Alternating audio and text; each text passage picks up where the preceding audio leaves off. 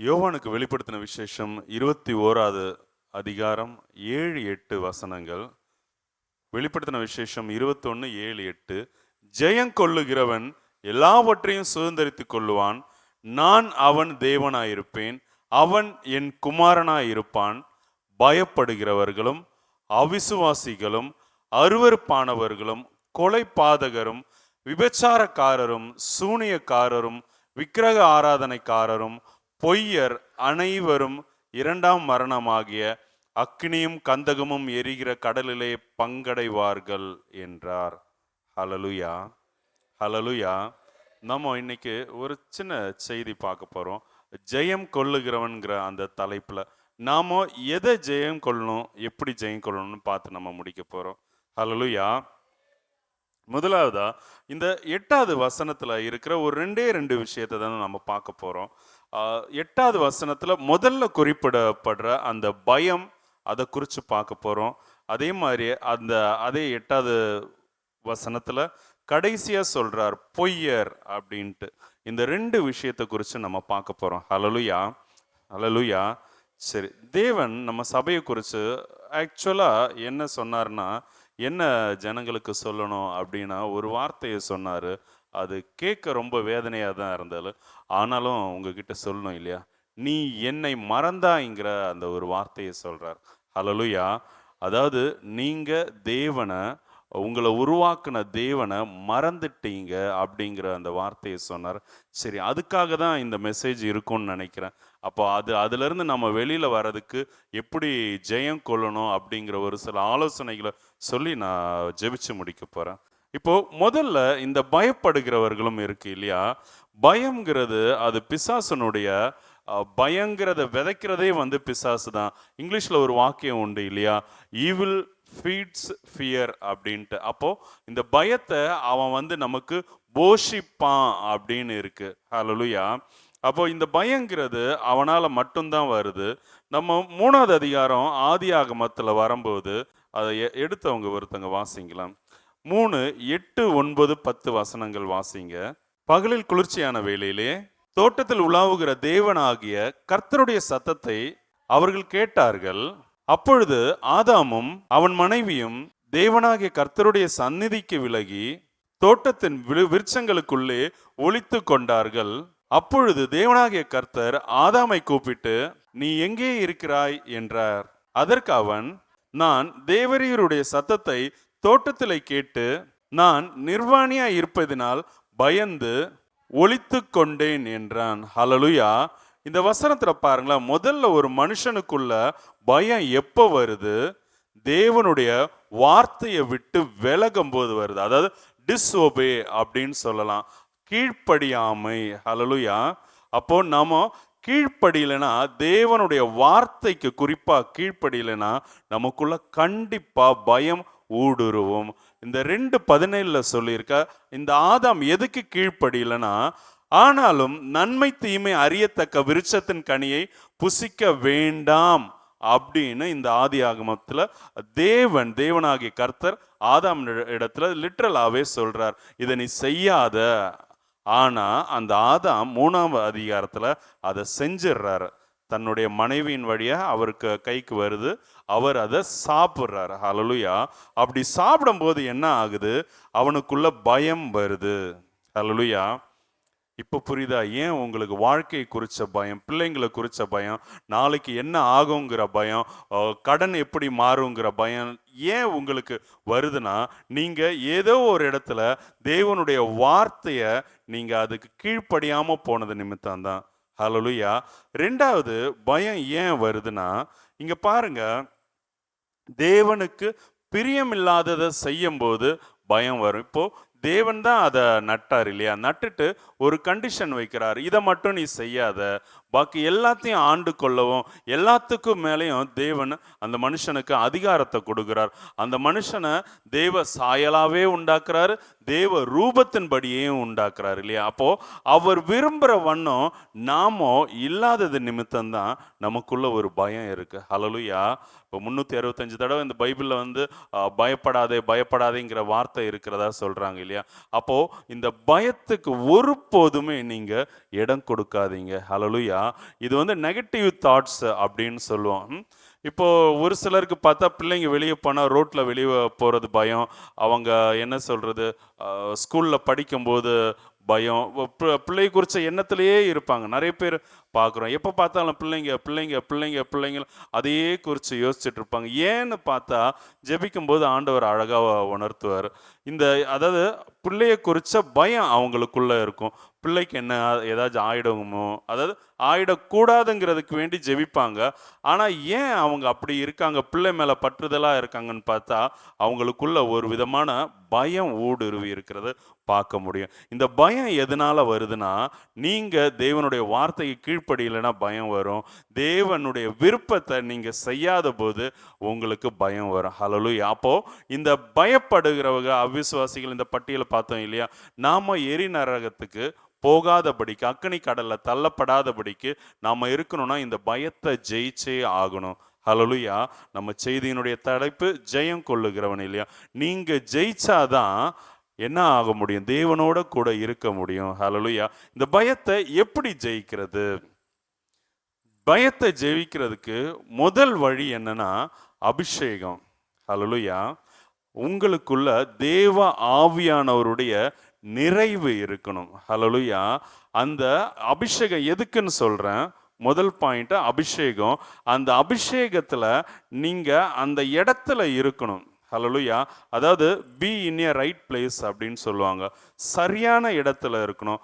அதுக்கு ஒரு எக்ஸாம்பிள் தாவீது எப்போ கோலியாத்தை எதிர்கொள்றதுக்கு பாளையத்துல இருந்தான் இல்லையா, அந்த சிச்சுவேஷன். ஹல்லேலூயா. அவன் பயத்தை எதிர்கொள்றான் இல்லையா, பயத்தை அவன் ஜெயிக்கிறான். மொத்த இஸ்ரேல் ஜனங்களுமே பயந்து இருக்க போது தாவீதுக்கு ஏன் பயம் இல்லைன்னா அவனுக்குள்ள அபிஷேகம் இருந்தது.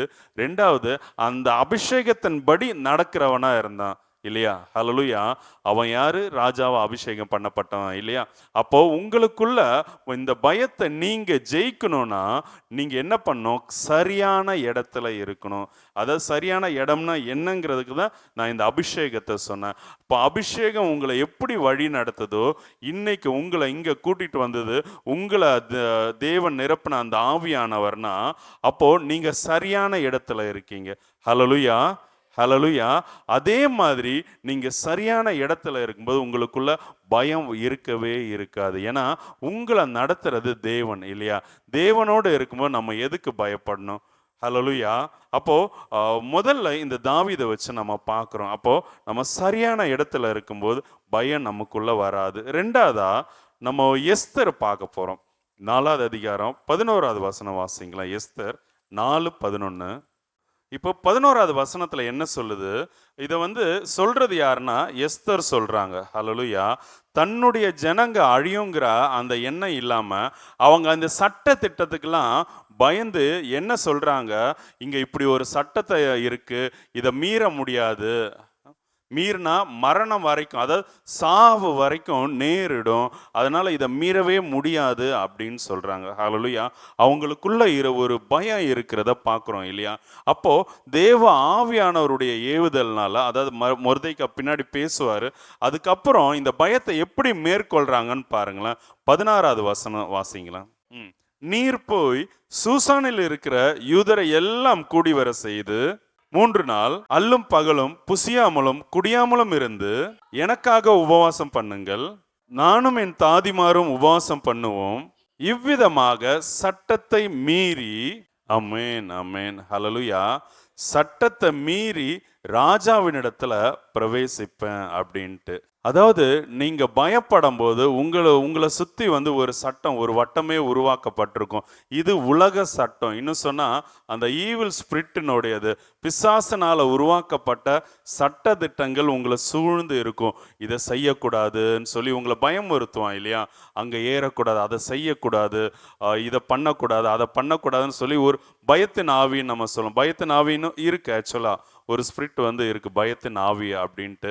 நான் இங்கே நம்ம பார்க்குறது எல்லாமே வந்து நம்மளுடைய மீறுதல்னால நமக்குள்ள வர அந்த சுபாவத்தை குறித்து வந்து நம்ம பார்க்குறோம். ஹalleluya. இங்கே எஸ்தருக்கு இருந்த பயம் எப்போ மாறுது? எஸ்தர் உபவாசிக்கும் போது. ஹalleluya.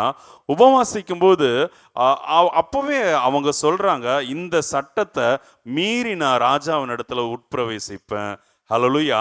அப்போ உலகம் உங்களை தேவனிடத்துல வர முடியாதபடிக்கு ஒரு சட்டத்தை போட்டு அது தடுக்குது இல்லையா? அதை நீங்க மீறி தேவனிடத்துல போகணும்னா, தேவனுடைய காரியத்தை செய்யணும்னா, இந்த பயத்துல இருந்து வெளிவரணும்னா நீங்க உபவாசிக்கணும். ஹalleluya. ஹalleluya. உபவாசிக்கிறதுனா நீங்க தேவனோட இருக்கணும், தேவனோட ஒரு கனெக்ஷன்ல இருக்கணும் அப்படின்னு சொல்றேன். முதலாவதா பயம் நீங்கணும்னா என்ன பண்ணணும்? நம்ம அந்த அபிஷேகத்துல அவர் நடத்துற அந்த இடத்துல இருக்கணும் பர்டிகுலரா. அப்பதான் தேவன் நம்மள இருந்து காரியத்தை செய்ய முடியும். நமக்குள்ள பயம் இருக்காது. எல்லாருமே பயப்படுறாங்க. சவுல் கூட பயப்படுறாரு, தாவீதுக்கு பயம் இல்லை பாருங்க. ரெண்டாவதா நமக்குள்ள பயம் போகணும்னா நம்ம உபவாசம் இருக்க வேண்டியது அவசியமா இருக்கு. அதாவது தேவனோடையே இருக்க வேண்டியது அவசியமா இருக்காது. நீங்கள் என்னிலும் என்னுடைய வார்த்தை உங்களுக்குள்ளும் சொல்றாரு இல்லையா? அப்போ அவரோட இருக்கும்போது நமக்கு பயம் வரவே வராது. ஹalleluya. ஹalleluya. அப்போ இப்படிதான் இந்த பயத்தை நம்மளால மேற்கொள்ள முடியும். இப்போ அடுத்ததா வெளிப்படுத்தின விசேஷம் அந்த 21வது அதிகாரம் 7-8 வசனங்களை ஒரு தடவை கூட வேகமா வாசிங்களா? ஜெயங்கொள்ளுகிறவன் எல்லாவற்றையும் சுதந்திரத்திக் கொள்ளுவான். அப்படியே தொடர்ந்து வாசிங்க. இப்போ நம்ம இதுல இருக்கிற இந்த பயத்தை பார்த்தோம் இல்லையா? அடுத்ததா பொய்யர் அனைவரும், அதாவது பொய் பேசுறவங்க. இங்க நம்ம 2-3 பேர் பொய் பேசுறத நம்ம பார்க்கலாம். அவ்வளவுதான் சொல்லி நம்ம ஜெபிக்க போறோம். முதல்ல சிம்சோன் பொய் சொல்றாரு. ஹalleluya. சிம்சோன் எப்படின்னா, அந்த மனுஷன் தேவனுக்காகவே பிறப்பிக்கப்பட்டவன். அதாவது நசரேய விரதம்னு சொல்லுவாங்க. என்னாகமம் 6ஆம் அதிகாரத்தில் இருக்கு. அவன் வந்து கர்த்தருக்காக பரிசுத்தமாக்கப்பட்ட மனுஷன், தேவனுடைய காரியத்தை மட்டுமே செய்யக்கூடிய மனுஷனாக தான் அவனை வந்து தேவன் வந்து பூமியில் அனுப்புறாரு. அவன் ஒரு சில காரியங்கள் வந்து தவறானது, அந்த நியமத்தை என்னாகமம் 6ல் வரதை மீறி செய்வான். செத்த பிணம் இருக்க இடத்துல போவான், அந்த மாதிரி ஒரு சில காரியத்தை செய்வான். அதுக்கெல்லாம் அவனுக்கு பெருசா தண்டனை வந்த மாதிரி இருக்காது. ஆனா இங்க இவன் பொய் சொல்லுவான் பாருங்களேன். அதுவும் இருக்கிறது தெளிலாளுடைய மடியில. அங்க இருந்தும் கூட அவன் பொய் சொல்லும் போது என்ன ஆகுது? அப்போ வந்து பிசாசிட்ட வந்து உண்மை பேசணும்னா நமக்கு வசனம் சொல்லுது, உள்ளதை உள்ளதுன்னு சொல்லுங்க, இல்லத இல்லதுன்னு சொல்லுங்க. அப்படி ஹalleluya. ஹalleluya. அப்போ இவன் வாயில இருந்து பொய் புறப்படும் போது இவனுடைய முடிவு என்ன ஆகுது? மரணம். ஹalleluya. அதுவும் நல்லா கவனிங்க, சித்திரவதை பண்ணப்பட்டு சாகிறத நீங்க பார்க்குறீங்க இல்லையா? அவனுடைய கண் பிடுங்கப்படுது, முடியெல்லாம் அவனுடைய பலமெல்லாம் நீக்கப்படுது. அவன் ரொம்ப கஷ்டப்படுறான் இல்லையா? மொத்தத்தில் வந்து அந்த பில்டிங்கை இடிஞ்சு விழுந்து சாகுறான். அப்போ பொய் சொன்ன அதனுடைய விளைவு என்ன? மரணம்தான். அப்போஸ்தலருடைய நடவடிக்கைகள் அதில் 5 பார்க்கும்போது எல்லாருக்கும் தெரிஞ்சது தான். அனனியா சப்பீரா பேதுருட்ட பொய் சொல்லுவாங்க. என்ன பொய் சொல்லுவாங்க? அவங்கள்ட்ட இருந்த அந்த காணியாட்சி இருக்கு இல்லையா? அந்த காணியாட்சியை விற்பாங்க. எதுக்கு? கர்த்தருக்கு கொடுக்கறதுக்கு. விற்று அந்த கிரயத்தை அப்போஸ்தலருடைய பாதப்படியில் கொடுக்கறதுக்கு, தேவனுடைய பணிக்கென்று கொடுக்கறதுக்கு விற்பாங்க. ஆனால் அதில் ஒரு பங்கை தங்களுக்குன்னு அவங்க எடுத்து வைப்பாங்க. பேதுரு வந்து கேட்கும்போது இவங்க சொல்லுவாங்க இவ்வளோதான் அப்படின்னு. அதுவும் கணவன் மனைவி இதில் ஒரு மனதோடு இருந்து பொய் சொல்லுவாங்க. என்ன ஆகுது? மரணம் இல்லையா? அந்த இடத்துலையே வந்து 2 பேரும் ஒரே நாள் ஒரு சில நிமிஷத்தில் கணவர் இறந்து தூக்கிட்டு போய் அடக்கம் பண்ணிட்டு அந்த வாலிபனுடைய கால்கள் கிட்ட இருக்கும்போது இந்த மாவும் விழுந்து இறந்து போவாங்க இல்லையா? அப்போது பொய் சொல்கிறது எந்த அளவுக்கு நீங்கள் கேர்ஃபுல்லாக இருக்கணும், உங்கள் நாவை எந்த அளவுக்கு நீங்கள் பரிசுத்தம் பண்ண வேண்டியதாக இருக்குது. பொய் சொல்கிறதுன்னு சொல்கிறத விட உள்ளதை உள்ளதுன்னு இல்லதை இல்லதுன்னு தவிர நீங்கள் சொல்கிற எல்லாமே அது பாவமாக இருக்கும்னு வசனம் சொல்லுது. எந்த விஷயத்தையும் அதிகத்தனமாக படித்தையும் சொல்ல வேண்டாம், எதையும் நீங்கள் குறைச்சுமே வந்து சொல்ல வேண்டாம். 3வதா யூதாஸ் காரியோத்து. ஹல்லேலூயா. இவன் கிறிஸ்து இயேசுனுடைய சிநேகிதன் என்று என்ன பண்ணப்படுகிறான் இல்லையா? அவருடைய சீஷரு சிநேகிதனே அப்படின்ட்டு இல்லையா? அப்போ இவன் பொய்யான அன்பினால இயேசு கிறிஸ்துவை ஏமாத்துறான் இல்லையா? இப்போ அவர் கர்த்தரா இருக்கனால இவன் தான் காட்டி கொடுக்க போறாருன்னு முன்னாடியே தெரியுது. நான் நார்மலா வச்சு பாருங்களேன், அவன் கிறிஸ்து இயேசுவை ஏமாத்துறான். ஏன்னா அவன் ஒரு பொய்யனா இருக்கான் இல்லையா? அவனுடைய நிலைமையை பார்த்தீங்களா? அவனே நாண்டுகிட்டு சாகிற மாதிரி இருக்கு. நமக்குள்ள ஏன் அப்போ மரண போராட்டம் நமக்குள்ள இருக்குன்னா, நம்மளுடைய வாயில இருந்து பொய் புறப்பட்டிருந்ததுன்னா அது தேவனுக்கு ரொம்ப விரோதமா இருக்கு. ஹல்லேலூயா. அப்போ அந்த மாதிரி பொய் புறப்படும் போது தேவன் நம்மளை ஆசீர்வதிக்கிறது தடைப்படுது. தேவன் நமக்கு கொடுக்கறத நாம பெற்றுக்கொள்ள முடியாதபடிக்கு இருக்கு. அதுதான் சொன்னார் இல்லையா, நீ என்னை மறந்துட்ட அப்படின்ட்டு. அப்போ நம்ம ஜெயம் கொள்ளணும்னா 2 வழி இருக்குது. ஒன்று, இந்த பயத்தை மேற்கொள்றதுக்கு நம்ம சரியான இடத்துல இருக்கணும். 2வது, உபவாசம் பண்ணணும் பயத்தை மேற்கொள்றதுக்கு. இப்போ பொய் சொல்லக்கூடாது, உள்ளதை உள்ளதுனே சொல்லணும். ஹல்லேலூயா. கர்த்ததாமே இந்த வார்த்தைகளின் வழியாக உங்களை ஆசீர்வதிப்பாராக. நம்ம தொடர்ந்து ஜெபிக்கலாம். பாஸ்டர் ஜெபிப்பாங்க. பாஸ்டர் ஜெபிச்சு முடிப்பாங்க.